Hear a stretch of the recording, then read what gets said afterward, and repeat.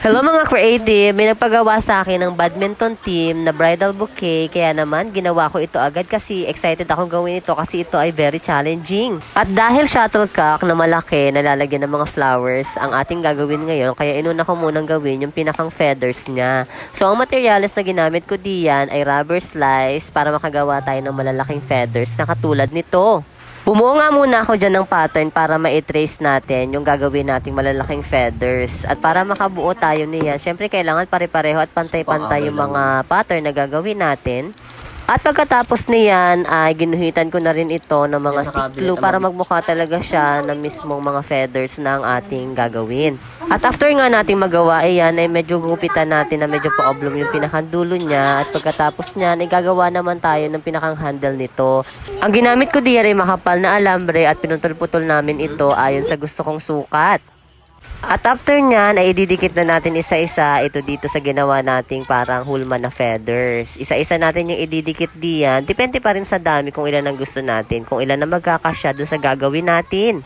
Ang nagawa ko nga diyan ng mga feathers ay parang 10 piraso. Pero madadagdagan pa rin yan kasi depende pa rin yan sa mga magagawa natin. At may na-order nga pala ako online ng mga dried flowers na katulad nito dahil ang gusto ng ating kliyente ay dried yung flowers na gagamitin para daw maitabi naman niya at mai-display. Syempre, remembrance ito sa kanilang wedding. Kaya nga pala ganitong bridal bouquet ang gagawin natin ay dahil yung ikakasal ay mga dating badminton player nung elementary at high school. Kaya naman napagkasunduan nila na ganito ang theme ng kanilang wedding at ito nga nagpagawa sa atin ng bridal bouquet na katulad nito. At sa part kang iyan ay pinutol-putol ko na naaayon sa sukat na gusto ko yung pinaka mga stem ng ating dried flowers para pantay-pantay siya kapag ikinabit na natin at pinuo na natin lahat. Gumawa din ako diyan ng pinakang bilog na pag didikitan natin ng pinakang mga stem ng ating mga flowers para bungkos-bungkos siya at hindi siya naghihiwa-hiwalay para mas matibay yung ating gagawin. Gumamit nga pala ako diyan nitong styroball. Ito yung magiging pinakang point or pinakang dulo ng ating magiging shuttlecock. Di ba may parang bilog yun dun sa pinakang ilalim? Ito yung gagamitin natin. Tapos lalagyan natin yan ng mga butas-butas para doon natin isusuot yung mga stems or yung pinakang handle ng ating ginawang feathers kanina.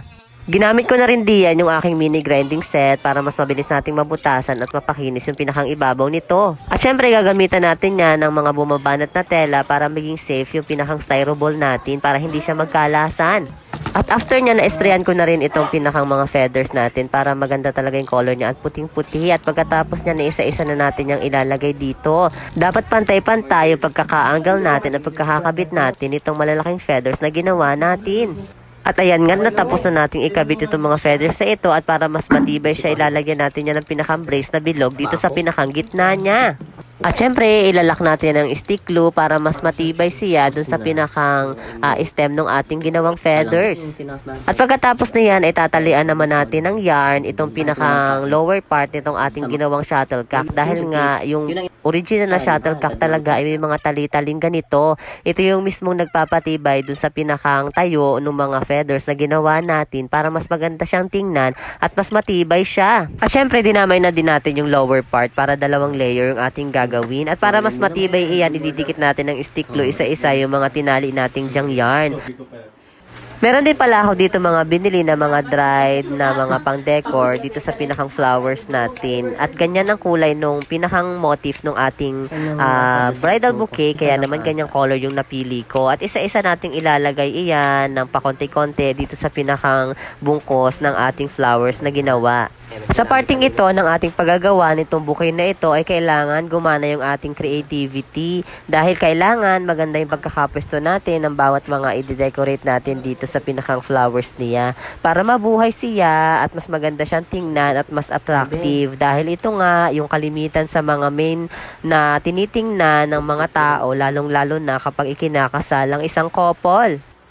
Gumamit nga pala ako diyan ng mga brush na ganito para dagdag kinang at dagdag glamour dito sa ating pinakang flowers. At dahil nga ito ay itatabi at isusouvenir ng ating magiging bride, ay syempre kailangan magandang-maganda talagang itsura nito. Ganito yung sinuggest ko sa kanya para hindi na malanta kapag ang ginamit naming flowers ay fresh. So magiging sayang lamang yung gagawin kong shuttlecock kapag fresh yung ginawa namin at may mga decoration na ganito. So napili namin na dried flowers ang gamitin para mas magandang tingnan.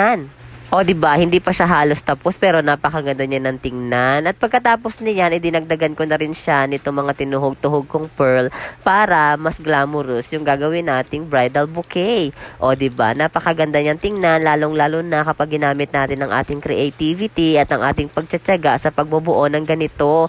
Kailangan, kapag gumagawa tayo ng mga ganitong bagay, gumagana yung isip natin kung ano pang mas magandang gawin natin. Lalong-lalo na kapag gusto pa natin pagandahin yung mga bagay na ginagawa natin.